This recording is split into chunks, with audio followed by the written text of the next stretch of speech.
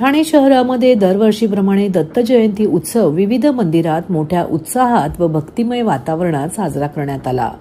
शहरातील दत्त मंदिर फुलांनी सजवलेले होते. दत्त जन्म उत्सवानिमित्त भजन कीर्तन, सत्यनारायण महापूजा, होम हवन, पूजा तसेच विविध धार्मिक व सामाजिक उपक्रम राबविण्यात येत होते. शहरातील ठाणे शहर, कोपरी, नौपाडा, कोलशेत, वर्तकनगर आदी परिसर व ठाण्यातील विविध भागातील दत्त मंदिरात दत्त जन्म उत्सवानिमित्त दत्त दिगंबरांच्या दर्शनासाठी भाविक भक्तांनी सकाळपासूनच रांगा लावून सद्गुरू दत्त माऊलींचे मनोभावे दर्शन घेतले. तर ठाण्यातील प्राचीन अशा 1912 साली स्थापन झालेल्या विठ्ठल साईनाथ दत्त मंदिरात 113 वर्षाची परंपरा आजही अविरतपणे दत्तजन्म उत्सवानिमित्त जपल्याचे पाहायला मिळत आहे. एकंदर दत्तजन्म उत्सवानिमित्त शहरातील सर्व दत्त मंदिरात भाविकांची दर्शनासाठी एकच गर्दी उसळली होती.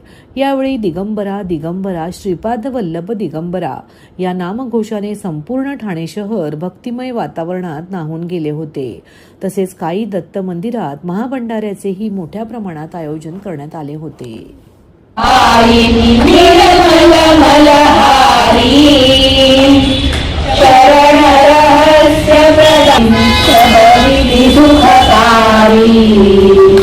ओम जय भगवद्गीते शविदारिणी कारिणी मोद सदा भवभयहारिणी तारिणी भवभय सद्गुणदायिनी दैवी सद्गुणदायिनी हरिरसिका सजनी ओम समता त्याग सिखावनी हरिमुख की बानी सकल शास्त्र की सुखियों की रानी.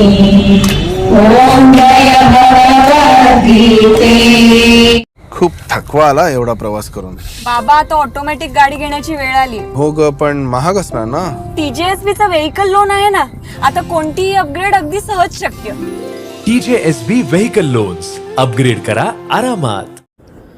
ठाणेकरांचे जीवनमान उंचावण्यासाठी त्यांच्या पायाभूत सुविधांचे उन्नतीकरण करण्याच्या उद्देशाने राज्याचे उपमुख्यमंत्री एकनाथ शिंदे यांच्या मार्गदर्शनाखाली ओवळा माजिवडा मतदारसंघाचे आमदार व परिवहन मंत्री प्रताप सरनाईक यांच्या संकल्पनेतून विविध विकास कामांचे भूमिपूजन व लोकार्पण संपन्न झाले. यावेळी ठाणे महापालिकेचे अधिकारी व भागातील संदीप डोंगरे, रवी खरत, भगवान देवकाते, हेमंत खांडेकर यांच्यासह माजी नगरसेवक व कार्यकर्ते उपस्थित होते. यावेळी बोलताना मंत्री सरनाईक म्हणाले, तत्कालीन मुख्यमंत्री एकनाथ शिंदे यांनी दिलेल्या भरघोस निधीतून ठाणे शहरातील विविध भागात जलतरण तलाव, समाज भवन, स्मशानभूमीचे लोकार्पण करण्यात आले. सर्व जाती धर्मांच्या लोकांसोबत घेऊन सर्वांचा एकत्रित विकास साधण्यासाठी 80% समाजकारण व 20% राजकारण या शिवसेना प्रमुख बाळासाहेब ठाकरे यांच्या विचारावर आधारित कार्य करण्यासाठी आम्ही कटिबद्ध आहोत. केवळ निवडणुका डोळ्यासमोर ठेवून कामं करण्याऐवजी वर्षातील 365 दिवस सर्वसामान्य जनतेसाठी उपलब्ध असणारे आम्ही कार्यकर्ते आहोत. आनंदनगर ठाणे येथे नव्याने उभारण्यात आलेल्या डॉक्टर APJ अब्दुल कलाम व ज्येष्ठ निरूपणकार आप्पासाहेब धर्माधिकारी यांच्या नावे 2 जलतरण तलावांचे लोकार्पण मोठ्या उत्साहात पार पडले. महापालिका क्षेत्रामध्ये अनेक फुटबॉल प्रेमी असून फुटबॉल खेळाच्या प्रशिक्षणासाठी योग्य मैदान व जागा उपलब्ध नसल्याने क्रीडाप्रेमींची प्रचंड कुचंबना होत होती. त्यामुळे क्रीडाप्रेमींनी याबाबत केलेल्या मागणीमुळे स्थानिक आमदार व परिवहन मंत्री प्रताप सरनाईक यांनी राज्य शासनाच्या नगरविकास विभागाकडे मागणी केली. या ठिकाणी फुटबॉल टर्फ बरोबरच nylon net, landscaping, changing room, शौचालय, पिण्याच्या पाण्याची व्यवस्था तसेच आकर्षक प्रवेशद्वार इत्यादीची निर्मिती करण्यात आली आहे. माजिवडा येथील जुन्या स्मशानभूमीत अनेक गैरसोयी असल्याने अंत्यविधी करण्यासाठी येणाऱ्या नागरिकांना सर्व सुविधा मिळण्याकरिता जुन्या झालेल्या सर्व स्मशानभूमींचे अद्ययावत पद्धतीने सुशोभीकरण करून त्यात गॅसवर चालणाऱ्या दाहिन्या बसविल्या जाव्यात व संपूर्णपणे स्मशानभूमीचे नव्याने सुशोभीकरण व्हावे यासाठी स्थानिक आमदार, परिवहन मंत्री प्रताप सरनाईक प्रयत्नशील होते. राज्याचे मुख्यमंत्री म्हणून काम करत असताना एकनाथ शिंदे साहेबांनी ह्या ठाणे महापालिका हद्दीतील ओवळा माजिवडा विधानसभा मतदारसंघासाठी भरपूर मोठ्या प्रमाणात निधी उपलब्ध करून दिला होता आणि त्या निधीतून ह्या वर्तकनगर परिसरातीलच त्याचबरोबर वसंत विहार, लोकपुरम, म्हाडा वसाहत आणि घोडबंदर परिसरातील वाघवेळगाव, आनंदनगर, भाईदरपाडा, नागला बंदर ह्या परिसरामध्ये अनेक विकास प्रकल्प आता मंजूर झालेले आहेत. त्याचं काही भूमिपूजन झालेलं आहे, काही प्रकल्पांचं लोकार्पण झालेलं आहे. अनेक तरण तलावाचं आज आम्ही लोकार्पण करतोय, फुटबॉल टॉपचं लोकार्पण करतोय. आता ह्या वर्तकनगरमध्ये सामाजिक बांधिलकी जपण्याच्या दृष्टिकोनातून आम्ही हा फार दिघे साहेबांच्या माध्यमातून ह्या ठिकाणी वारकरी भवन आधी उभारलं होतं. त्या वारकरी भवनाची परत पुनर्निर्मिती आम्ही करतोय. करोडो रुपयासाठी निधी शिंदे साहेबांनी उपलब्ध करून दिलेला आहे. आमचा जो वारकरी संप्रदाय आहे त्या संप्रदायाला ज्या ज्या काही सुविधा पाहिजे आहेत त्या सुविधा देण्याची भूमिका एकनाथ शिंदे साहेबांची असल्याकारणानं, परिवहन मंत्री म्हणून माझी असल्याकारणानं आणि आमच्या राज्य शासनाची असल्याकारणानं त्यांना ज्या ज्या सुविधा ह्या परिसरामध्ये पाहिजे त्या सगळ्या सुविधा देण्याचा आमचा मानस आहे आणि तशा प्रकारची आम्ही तरतूद करून आज याचं भूमिपूजन केलेलं आहे. ठाणे महानगरपालिका हद्दीतील हे वारकरी भवन गेल्या अनेक वर्षापासून सुपरिचित आहे सगळ्यांना, म्हणजे लोकमान्य नगर, शास्त्रीनगर, वर्तकनगर व आसपासच्या परिसरातील जनतेला आणि प्रामुख्याने आमच्या वारकरी संप्रदायाला त्याचा मोठ्या प्रमाणात फायदा होत असतो. वर्तकनगरमध्ये एक समाज मंदिर जुनं जे होतं ते समाज मंदिर मोकळीस आलं होतं, ते तोडून आज एक दुसरं समाज मंदिर मी माझ्या निधीतून बनवलेलं आहे, त्याचंही लोकार्पण करतोय. आणि विविध प्रकल्प आहे, उद्यानं आहेत, म्हणजे ठाणे महापालिका हद्दीतील सर्वसामान्य जनतेला ज्या काही सुविधा पाहिजे त्या सुविधा ह्या विकास प्रकल्पांच्या माध्यमातून मी देतोय. आणि ह्या परिसरातील जनतेने मला एकदा, दोनदा, तीनदा नव्हे तर चार वेळा या विधानसभेवर पाठवल्या असल्याकारणानं समाजातील सगळ्या स्तरातील सगळ्या जनतेला ज्या काही नागरी सुविधा हव्यात त्या सुविधा देण्याचा माझा प्रयत्न आहे. त्या माध्यमातून आज सगळे लोकार्पण आणि भूमिपूजनाचा हा कार्यक्रम. नागरिकांना आवाहन करण्यात येत आहे की सध्या डासांमार्फत पसरणाऱ्या डेंग्यू या आजाराचा प्रसार रोखण्यासाठी प्रत्येकाने पुढील प्रमाणे कार्यवाही करावी. डेंग्यू आजार एडिस इजिप्ती हा डास चावल्याने होतो. या डासांची पैदास साचलेल्या किंवा साचवलेल्या स्वच्छ पाण्यामध्ये होते. 8 दिवसांपेक्षा जास्त दिवस पाणी उघडे व साचून राहिल्यास त्यात डास अंडी घालतात. अंड्यांच्या अळ्या तयार होऊन पुढे डास तयार होतात. यासाठी आपल्या घरातील पाणी साठे, उदाहरणार्थ बॅरल्स, पिंपे, टाक्या, हौद, रांजणे इत्यादी दर आठवड्याला रिकामे करून घासून पुसून कोरडे करून पुन्हा भरावे. 1 दिवस कोरडा दिवस म्हणून पाळावा. पाणी साठ्यांना घट्ट झाकणे बसवावीत किंवा जुनी साडी, चादर, धोतर यांनी बांधून झाकून ठेवावीत, म्हणजे डास त्यात जाऊन अंडी घालणार नाहीत. घराच्या गच्चीवर, आजूबाजूला, अंगणात कोठेही पाणी साचू देऊ नये.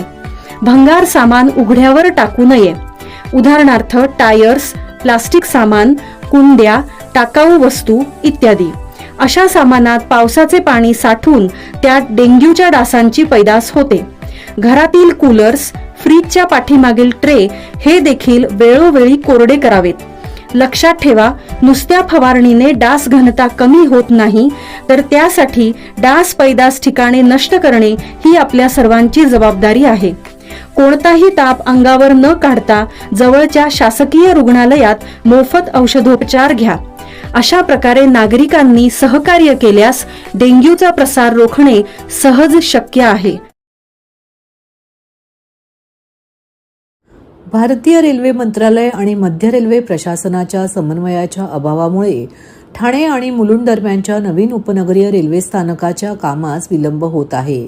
120 कोटींचा हा प्रकल्प आता 245 कोटींपेक्षा अधिक खर्चाचा झाला असून ही बाब चिंताजनक आहे. रेल्वे मंत्रालयाने मुंबई विभागाला तात्काळ अधिकृत सूचना देऊन हा प्रकल्प जलद गतीने पूर्ण करावा आणि प्रवाशांना दिलासा द्यावा अशी मागणी खासदार नरेश म्हस्के यांनी संसदेत केली.